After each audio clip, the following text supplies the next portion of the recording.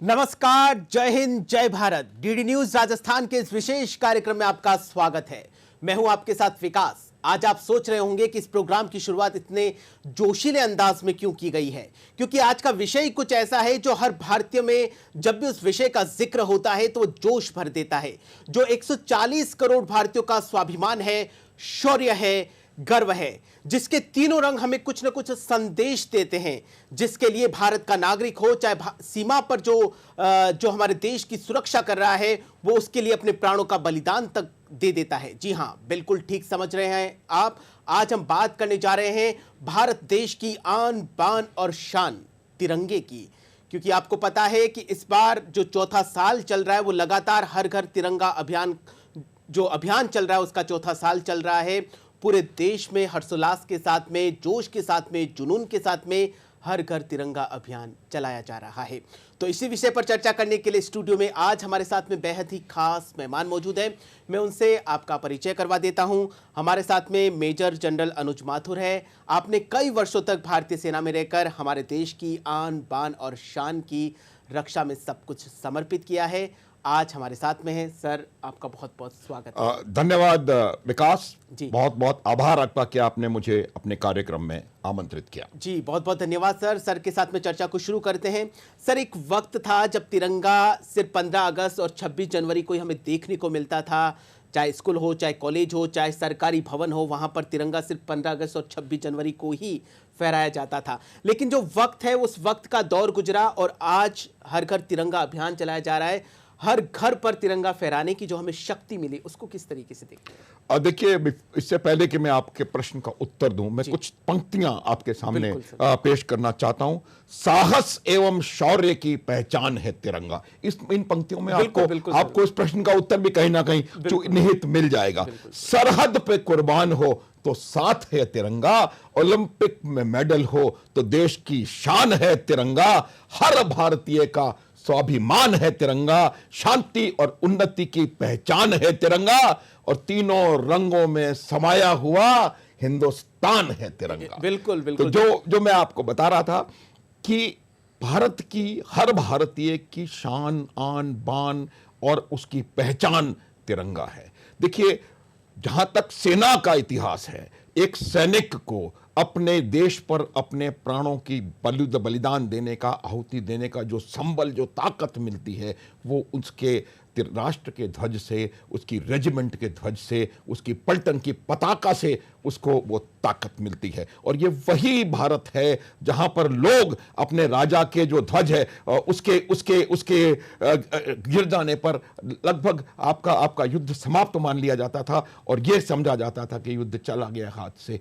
ये वो शान, आन बान और शान है। हर सैनिक इस पे कुर्बान होने के लिए तैयार है। और ये भी एक बड़ी विडंबना रही कि हम सालों तक सिर्फ अवसरों पर और सिर्फ कुछ स्थानों पर इस तिरंगे को फहराने का हम लोग काम करते रहे। कुछ लोगों का इसमें नाम लेने का मैं दुस्साहस करूंगा कि जिनकी वजह से आज ये हर घर तिरंगा हम फहरा पा रहे हैं। नवीन जिंदल एक ऐसा बड़ा नाम इसके अंदर है। इंडस्ट्रियलिस्ट थे, ये अमेरिका में जब पढ़ाई करते थे तो वहाँ पर उन्होंने एक चीज़ नोटिस करी कि अमेरिका में हर एक व्यक्ति अपने घर पे अपना राष्ट्रीय ध्वज फहरा सकता है। तो वो जब वापस आए तो मध्य प्रदेश में रायगढ़ में उनकी एक स्टील की फैक्ट्री है, तो वहाँ पर उन्होंने तिरंगा फहराया। तो अगले दिन जब वो निकले तो वो तिरंगा नदारद मिला। तो उन्होंने पूछा कि भाई ये तिरंगा हमारा, इसको कहां से try colour was looking so good, इतना अच्छा लग रहा था, वो कहां चला गया? तब उनको बताया गया कि भाई आप तिरंगा हर जगह हर समय नहीं फहरा सकते। कोई विशेष ओकेजन हो, स्वतंत्रता दिवस हो या गणतंत्र दिवस हो या कोई और विशेष ओकेजन हो तो लगा सकते हैं।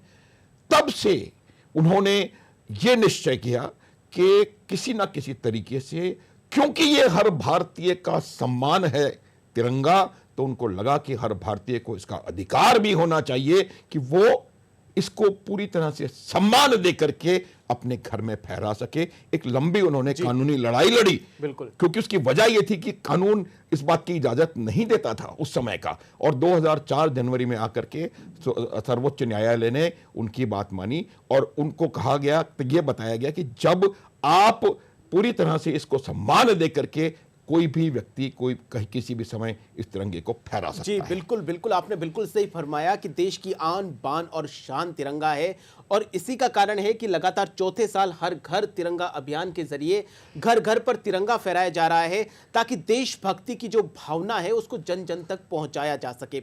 लेकिन सर, सबसे महत्वपूर्ण प्रश्न तिरंगे पर चर्चा कर रहे हैं, तो तिरंगे का जो इतिहास जो रहा है, या फिर यूं कहूं कि तिरंगे का जो अब तक का सफर रहा है, वो किस तरीके से रहा है, वो आपसे जानना चाहेंगे। देखिए, तिरंगे का एक सफर भी बहुत बहुत इंटरेस्टिंग है, और एक दो बातें मैं और बीच में आपको बताता चलूंगा। देखिए, जब भारत अपना स्वतंत्रता संग्राम लड़ रहा था, तो कहीं ना कहीं आकर के इस बात को का विचार किया गया कि भारत का एक ध्वज होना चाहिए, जिस ध्वज के तले खड़े होकर के हम अपने स्वतंत्रता संग्राम को आगे बढ़ा सकें और लड़ सकें। ये बात इस प्रकार से चलनी शुरू हुई, और पहला इसका जो ध्वज था वो सचिंद्र नाथ के और सुकुमार मिश्र की वजह से कलकत्ते के ग्रीन पार्क में अगस्त 1906 में, ये अगस्त में एक खास तौर पे इस शब्द का इस्तेमाल कर रहा हूं क्योंकि आगे आप देखेंगे इसका क्या महत्व बनता चला जा रहा है। अगस्त 1906 में पहली बार तिरंगा एक ध्वज फहराया गया। उसमें 3 रंग थे, उसमें 8 कमल के फूल बने हुए थे, और वो 8 के कमल के फूल जो ब्रिटिश साम्राज्य था उसके जो 8 प्रोविंसेस थे उनको दर्शाते थे, और उसमें वंदे मातरम बीच में अंकित था और एक चांद तारा बना हुआ था। उसके बाद मैडम भीखाजी कामा, इन्होंने स्टुटगार्ट जर्मनी में जाकर के 1907 फिर अगस्त 1907 में, एक वर्ष बाद, एक और झंडा वहां पर फहराया। इसका भी वही 3 रंग का था, लेकिन उसमें वंदे मातरम बीच में अंकित था। लेकिन जो कमल थे जो कि 8 प्रोविंसेस को बताते थे, उनकी जगह सप्तऋषि मंडल के 7 सितारों ने ले ली थी। मतलब रंग तो वही थे, लेकिन बीच वाला बीच वाला भी वंदे मातरम भी वही रहा। ऊपर जो 8 कमल थे उनकी जगह सप्तऋषि ने ले लिया। फिर उसके बाद एने बेसेंट और बाल गंगाधर तिलक ने इसका एक डिजाइन बनाया। उसमें स्ट्रिप्स थी, नीले और लाल रंग की धारियां थी 4, और उन धारियों के साथ वो सप्तऋषि उसमें भी बना हुआ था। ऊपर चांद और तारा और सूर्य बने हुए थे, शक्ति और शांति का प्रतीक। और उसमें बाएं टॉप कॉर्नर में यूनियन जैक भी लगा हुआ था, क्योंकि उस समय उसके बाद एक पिंगले वेंकैया नाम के एक स्वतंत्रता सेनानी हुए। वो एक बहुत बड़े भूवैज्ञानिक थे, भूगोल और भूगर्भ शास्त्र के व्याख्याता थे।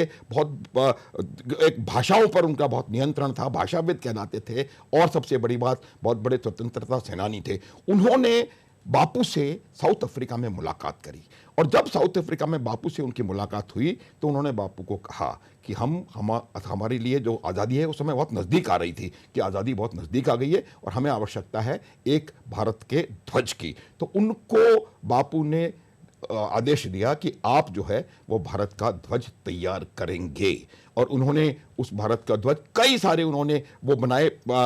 समय का अभाव है, वरना मैं आपको हर एक डिजाइन के बारे में बताता। फिर दोबारा अगस्त 1931 में झंडा उन्होंने फाइनली तैयार करके दिया। बापू ने कहा था कि जो भारत की संपन्नता का प्रतीक है वो चरखा है, तो उन्होंने कहा कि जो आपने ट्राई कलर बनाया है उसमें चरखा होना जरूरी है। भारत का पूरा परिदृश्य उसमें था। और जो रंग जो चुने गए थे, जो आगे भी जाकर के इस बात को हम बात करने के मैं सोच रहा था, लेकिन मैं आपको अभी बताता हूं कि केसरिया रंग, जो कि शौर्य, वीरता, साहस और बलिदान का प्रतीक था। जो सफेद रंग था वो शांति और उन्नति का प्रतीक था, और जो हरा रंग था वो प्रतीक था देश की प्रगति का। देश किस तरह से आगे आगे बढ़ रहा है, हर क्षेत्र में प्रगति कर रहा है, और आत्मनिर्भरता का। ये बहुत आवश्यक बात है। और जो चक्र था, उस चक्र का भी एक इतिहास मैं बताऊंगा मैं आपको। जो अशोक चक्र उसमें प्रयोग में लाया गया, वो अशोक चक्र गतिशीलता का प्रतीक था। 24 उसमें कांटे हैं, वो 24 घंटे आप प्रगतिशील रहें, इस बात का मेरे को लगता है वो प्रतीक अशोक चक्र, अशोक के सिंबल से उसको लिया गया। देखिए, इस बार जब ये लिया जा रहा था अशोक चक्र, उसकी वजह बताऊंगा कि चरखा क्यों हटाया गया और चक्र क्यों आया। चरखा इसलिए हटाया गया कि बापू का एक शुरू में मत था कि जो कांग्रेस किसी एक विशेष प्रयोजन के लिए बनी थी, और अब कांग्रेस, क्योंकि हमें आजादी स्वतंत्रता प्राप्त हो गई है, तो अब कांग्रेस को डिसबैंड कर देना चाहिए। झंडा जो है पूरे देश का प्रतिनिधित्व करेगा, तो ऐसा सिंबल चाहिए था। बिल्कुल सही कह रहे हैं विकास साहब, लेकिन यही बात थी। तो इसी वजह से, लेकिन किन्हीं कारणों से कांग्रेस नहीं खत्म हुई, तो फिर ये निर्णय लिया गया कि कांग्रेस पार्टी का झंडा जो है वो भारत का झंडा नहीं बन सकता। बिल्कुल। इसलिए चरखे को एक और किसी सिंबल से रिप्लेस करने की बात हुई। जब सिंबल से रिप्लेस कर रहे थे तो दो चीजों का कहीं इनका सुदर्शन चक्र और अशोक चक्र, इन दोनों के ऊपर बहस हुई और सुदर्शन चक्र को इस वजह से छोड़ा गया कि सुदर्शन चक्र जो है वो एक शस्त्र का प्रतीक है, जो शायद कहीं ना कहीं उनको लगा कि एक कोई एग्रेशन का, क्योंकि भारत एक शांति प्रिय राष्ट्र था। भारत ने अपनी स्वतंत्रता आजादी जो है वो शांति प्रिय ढंग से बिल्कुल अहिंसा के मार्ग पे चल करके सत्याग्रह से शांति से हासिल करी थी। तो वो नहीं चाहते थे कि उनके राष्ट्रीय ध्वज में कहीं भी कोई भी ऐसा सिंबल हो जो कि एग्रेशन को दर्शाए, क्योंकि हालांकि इसका भी बहुत महत्व है सुदर्शन चक्र का, लेकिन सुदर्शन चक्र क्योंकि एक शस्त्र था इसलिए उसकी जगह अशोक चक्र जो कि प्रगति का वाचक है उसको लगाया। कुल मिलाकर इस तरीके से तिरंगे का निर्माण हुआ और 15 अगस्त 1947 को तिरंगा फहराया गया।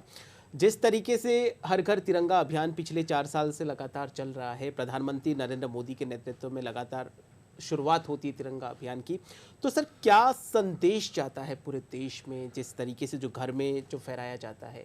देखिए मैं आपको स्कूल में, कॉलेज में, सरकारी भवन में। बिल्कुल विकास, देखिए सबसे बड़ी बात यह है, मेरा ये बहुत स्पष्ट मानना है, इसके मैं आपको उदाहरण दूंगा कि तिरंगा भारत को जोड़ता है। बिल्कुल तिरंगा अपने राष्ट्र के लिए कुछ भी कर गुजरने के लिए आपको प्रेरणा देता है। जहां विभिन्नताएं इतनी है, विभिन्नताओं में एकता का सबसे बड़ा प्रतीक बनकर। बहुत सही कहा विकास, आपने बहुत सही कहा कि जहां हमारा देश विभिन्नताओं में अनेकताओं में एकता का सिंबल है और हमारी सबसे बड़ी शक्ति अनेकताओं में एकता है, तो उस अनेकताओं में एकता का एक सबसे बड़ा जो संबल बनता है वो है भारत का तिरंगा। ये वो तिरंगा है जिसकी आन बान शान के लिए कोई भी आपके देश का सैनिक अपना सर्वोच्च न्यौछावर करने के लिए तैयार रहता है। मैं आपके दर्शकों को वो बहुत लेटेस्ट है इसलिए उसका बारे में बताऊंगा कि विक्रम बत्रा, वो सेनानी, वो बच्चा कहूंगा क्योंकि वो जब वो गया वो 25 वर्ष का भी नहीं था, उसने अपनी मां को चिट्ठी लिख करके कहा था कि मैं या तो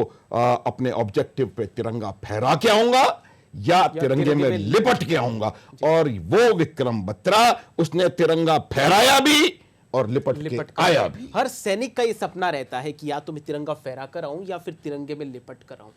मतलब तिरंगे की आन बान और शान के लिए मतलब अपने प्राणों तक की आहुति दे देते हैं। हाँ बिल्कुल, ये प्रश्न मेरे साथ से अक्सर पूछा जाता है कि वो क्या चीज है जो कि आपको अपना सर्वस्व न्यौछावर करने के लिए प्रेरित करती है, आपको जोश देती है जी। और मैं इसका बहुत भारतीय सेना का स्टैंडर्ड एक जो तरीका है वो है नाम, नमक और निशान। पलटन के नाम, देश के नाम पर जिस देश का अपने ऋण है आपके ऊपर, उसका ऋण नमक चुकाना है, नमक का ऋण चुकाना है। और निशान, सबसे बड़ी ताकत देश की निशान होती है, और उस निशान, वो निशान आपके अंदर जोश भरता है और कोई मोटिवेशन फैक्टर नहीं है भारतीय सेना के सेनानियों को। ये आपको मैं एक और बात बताता हूं, उसी कारगिल वॉर में जब टाइगर हिल और तोलोलिंग पर हमले होने थे तो 2 दिन यूनिट्स को बताया गया था कि आप टाइगर हिल पे हमला करके उस पर कब्जा करेंगे, आप तोलोलिंग पे कब्जा करेंगे, तो ये मृत्यु का फरमान था जी। और उनको कहा गया था कि सवेरे 4 बजे या 5 बजे जो भी समय था उस समय तक तिरंगा वहां पर होना चाहिए। चूंकि यह कहा गया था कि तिरंगा वहां पर होना चाहिए, सैनिकों को मालूम था कि यह मृत्यु दंड के बराबर है, वहां जाएंगे तो वापस नहीं आएंगे। लेकिन बात चूंकि तिरंगे की थी, इसलिए जो समय दिया था उससे पहले जाकर के तिरंगा तोलोलिंग, टाइगर हिल, कारगिल हर जगह फहराया गया। कहते हैं कि जब परिंदे भी अपनी परवास से बेजार हो जाते हैं, उन पर्वतों की ऊंचाइयों पर तिरंगे फहराए जाते हैं। यह भारतीय सेना का अदम्य साहस, शौर्य का ही परिणाम है कि आज तिरंगा है वो आन बान और शान के साथ लहराता है। बिल्कुल बिल्कुल, आप ठीक कह रहे हैं। देखिए एक दो बातें और मैं बताना चाहता हूं आपके दर्शकों को कि जब जब किसी ने इस तिरंगे के ऊपर आंख उठा करके देखने का प्रयास किया, तब उसको सही भाषा में जवाब दिया। मैंने बताया आपको थोड़ी देर पहले कि हमने क्यों सुदर्शन चक्र छोड़ा, लेकिन अशोक चक्र को लाए, सुदर्शन चक्र छोड़ा। इसका अर्थ यह नहीं था कि हम कमजोर हैं, इसका अर्थ यह था कि हम शांति प्रिय हैं। लेकिन कोई अगर हमारे तिरंगे को कुटिल नजर से देखेगा तो उसको हम सही सबक सिखाने के लिए सक्षम हैं। 47-48 में पाकिस्तान ने प्रयास किया, 1965 में पाकिस्तान ने प्रयास किया, 17 दिन में उनको छठी का दूध याद दिला दिया। 1971 में फिर प्रयास किया, 13 दिन में 2 टुकड़े कर दिए, 93,000 सैनिकों का आत्मसमर्पण करवा दिया। कारगिल में फिर उन्होंने प्रयास किया। ऐसे दुर्गम इलाके में 60 दिन के भीतर भीतर आपके सेना ने उनको छठी का दूध याद दिलाकर उनको ऐसा खदेड़ा कि कुछ नहीं। और आखिर में ये जो 3 चीजें हुई हैं पिछले 10 वर्षों के दौरान, 1916 में सर्जिकल स्ट्राइक, 2016 में सर्जिकल 2016 में, और उसके बाद जब उन्होंने पुलवामा किया तो बालाकोट में एयर स्ट्राइक, और जब पहलगांव किया तो ऑपरेशन सिंदूर। बिल्कुल, सब सारे हमारे शत्रु और पूरा विश्व इस बात को जानता है और इस बात को समझ चुका है कि भारत के तिरंगे पर बुरी नजर डालने का अर्थ है आपका सर्वनाश। बिल्कुल बिल्कुल, भारत की शौर्य शक्ति का लोहा जो है पूरे विश्व ने माना। लेकिन सर, यहां पर जानना बहुत जरूरी है कि तिरंगे के प्रति जो भारतीय नागरिक है उनका क्या कुछ उत्तरदायित्व होना चाहिए। और देखिए, मैं आपको यह बताता हूं कि क्या वजह थी कि पहले हर नागरिक के दिलो दिमाग में तिरंगा बसता है, लेकिन उसके साथ में रिस्पॉन्सिबिलिटी भी उतनी ही जरूरी है। बिल्कुल मैं यही बताना चाह रहा था कि क्या वजह थी कि काफी समय तक आपको किसी को भी तिरंगा फहराने की इजाजत नहीं थी। उसकी वजह यह थी कि कहीं ना कहीं यह विचार था कि हो सकता है जाने अनजाने हम तिरंगे का अपमान ना कर दें। किसी भी देश के लिए, किसी भी राष्ट्र के लिए तिरंगा, उनका जो राष्ट्रीय ध्वज है, उससे ज्यादा महत्वपूर्ण, उससे ज्यादा जरूरी चीज कुछ नहीं होती। और शायद ये वजह थी कि वो अपमान ना हो जाए, क्योंकि देखिए इसके कई सारे, हमारी एक ध्वज संहिता बनी हुई है, उसके कई सारे कायदे हैं कि आप ध्वज को किस प्रकार से लगा सकते हैं। तो देखिए, जो 3-4-5 इंपॉर्टेंट इश्यूज मैं बताऊंगा आपको कि जब आप तिरंगा फहराने की आपको इजाजत अब मिल गई है, तो एक तो यह है कि वो पूरे सही स्पेसिफिकेशंस का बना हुआ होना चाहिए। आपको सबको पता है 3:2 होना चाहिए, केसरिया ऊपर होना चाहिए, जो भी पूरा उसका जो तिरंगा का झंडे का प्रारूप है वो बिल्कुल सही होना चाहिए, पहली बात। दूसरी बात, जिस जगह पर वो तिरंगा फहराया जाना चाहिए वो सबसे बेहतर सर्वोच्च स्थान होना चाहिए जहां पर आप उस तिरंगे को फहरा रहे हैं। तीसरी बात यह होती है कि जो तिरंगा जब आप फहरा रहे हैं, भारत का राष्ट्रीय ध्वज, तो वो नजर आना चाहिए। ऐसा ना हो कि आप उसको कोई भी तिरंगा लगा दे, वो पेड़ के पीछे दिखाई नहीं दे रहा, तो वो नजर आना चाहिए। तिरंगा कहीं से भी फटा, मैला, कुचैला, अनप्रेस्ड नहीं होना चाहिए। तिरंगा इस प्रकार से फहराया जाना चाहिए जिससे कि अगर जब वो फहरता है तो उसमें नुकसान होने की गुंजाइश नहीं होना चाहिए, वो फट ना जाए, ऐसा वहां पर नहीं होना चाहिए। इसको फहराने के और इसको उतारने के नियम होते हैं। रात के पहले सूर्योदय पर चढ़ाया जाता है और सूर्यास्त से पहले इसको उतार लिया जाता है, तो उन नियमों का पालन होना चाहिए। हालांकि कुछ मॉडिफिकेशन हो गए हैं, मैं बताऊंगा आपको। वो इस नियम में मॉडिफिकेशन हुआ है कि आप रात को भी कुछ स्थानों पर आपको तिरंगा फहराए रहने की इजाजत है, और कई और देशों में भी इस प्रकार का है कि आप अगर आपका डंडा, जो उसका जो पोल है, जो ध्वज दंड होता है, वो अगर 100 फुट से ज्यादा है, या क्योंकि उसकी वजह है कि इतनी ऊंचाई पर जाकर के रात में नजर ना आए, उसका अपमान नहीं होना चाहिए। और अगर तिरंगा किसी वजह से या कोई निशान उस पर आ गया है या कोई और खराबी उसमें आ गई है, तो उसको सम्मानपूर्वक सिखाए हुए तरीके से एकांत में ले जाकर के उसको डिस्पोज ऑफ करने की आवश्यकता है। तो ऑल एंड ऑल कहना यह चाह रहा हूं मैं कि जो राष्ट्रीय ध्वज है उसका सम्मान करना हर भारतीय नागरिक का फर्ज है। मैं एक कदम और आगे जाता हूं। अगर मान लीजिए आप उसका कुछ नहीं कर रहे हैं, लेकिन पूरे 26 जनवरी 15 अगस्त को हर जगह तिरंगे फहराए जाते हैं, कोई तिरंगा पड़ा हुआ सड़क पे आपको दिखाई देता है, या किसी जगह ऐसा लगता है कि उस तिरंगे कहीं फट गया है या उसमें कोई निशान आ गया, कोई निशान भी उसके अंदर नहीं आ सकता। जो उसके अंदर वो है उसी के हिसाब से आपको उसको लगाना पड़ेगा। तो आपका कर्तव्य है कि उसको उठाएं, सहेजें और एकांत में जाकर के जिस प्रकार से आप उसका डिस्पोजल किया जाता है उसको डिस्पोज ऑफ कर दें। तो ये मुझे लगता है कि हर नागरिक की ये ड्यूटी है, ये उसका कर्तव्य है कि यदि वो तिरंगा फहराना चाहता है, बिल्कुल आप बाकायदा उस तिरंगे को फहरा सकते हैं, घर में, स्कूलों में, दफ्तरों में, जहां भी, लेकिन ससम्मान यथोचित प्रकार से उस तिरंगे को फहराना आवश्यक है। बिल्कुल बिल्कुल, आपने बिल्कुल सही फरमाया है कि तिरंगे को पूरे सम्मान के साथ में, और जैसा आपने बताया है कि क्या कुछ उत्तरदायित्व है हमारे, उन दायित्वों को निभाते हुए, उनकी सीमाओं में रहते हुए आप अपने घर पर तिरंगा फहरा सकते हैं। प्रधानमंत्री नरेंद्र मोदी ने अभी हाल ही में जो तिरंगा जिन्होंने बनाया था, जिनका आपने जिक्र किया है, उनको हर साल वो श्रद्धा सुमन अर्पित करते हैं। मतलब तिरंगे के प्रति तो आन बान शान को तो समर्पित है ही, लेकिन जो तिरंगा बनाया उनको भी उतना ही सम्मान देना अपने आप में बहुत बड़े सम्मान की बात है। हाँ बिल्कुल, देखिए पिंगाले वेंकैया जो थे वो एक बहुत बड़े दूरदर्शी व्यक्ति थे, और जो मैंने आपको बताया कि जब वो महात्मा से साउथ अफ्रीका में मिले तब उन्होंने कहा कि भारत को एक ध्वज की आवश्यकता है जिसके तले हम अपना स्वतंत्रता संग्राम जारी रख सकते हैं और अंग्रेजों से अपनी स्वतंत्रता को प्राप्त कर सकते हैं। तो उस व्यक्ति का भी सम्मान करना मेरे हिसाब से उतना ही आवश्यक है। हमारे राजस्थान के लिए भी एक गर्व की बात है जो मैं आपको बताना चाहता हूं कि जो पहला झंडा 1947 में हमारे प्रथम प्रधानमंत्री माननीय जवाहरलाल जी नेहरू के द्वारा फहराया गया था, वो झंडे का निर्माण आपके प्रदेश में आलोदा ग्राम दौसा में उसका निर्माण हुआ था, और फिर वो एक जगह से दूसरी जगह जाकर के दिल्ली पहुंचा और उस तिरंगे को वहां पर फहराया गया। ये हमारे राजस्थान के लिए बहुत गर्व की बात है।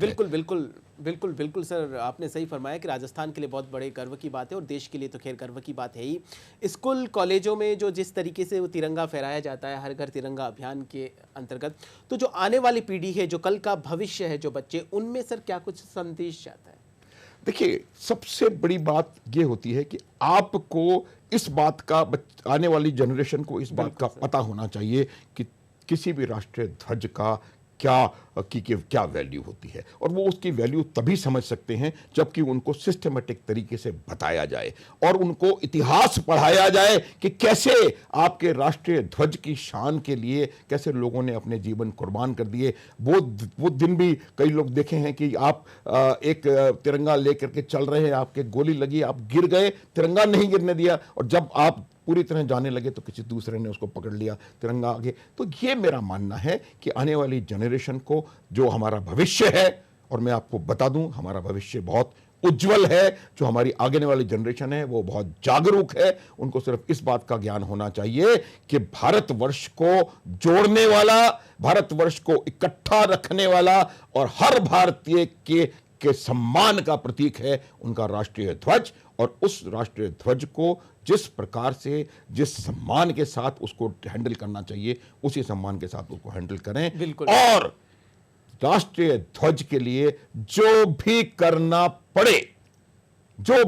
पड़े उसको कर गुजरने के लिए आप तैयार बिल्कुल सर, हमने कई बार अभी पिछले कुछ महीनों में ही हमने देखा है कि जब भारत और यूक्रेन में जो भारतीय छात्र पढ़ते हैं, जब उनको ऑपरेशन चलाया गया भारत सरकार के द्वारा, तो तब तिरंगा उनकी बस के ऊपर लगाया गया, और तिरंगा हमारी इतनी बड़ी ताकत थी कि जो बच्चे सकुशल लौटे उस तिरंगे की बदौलत।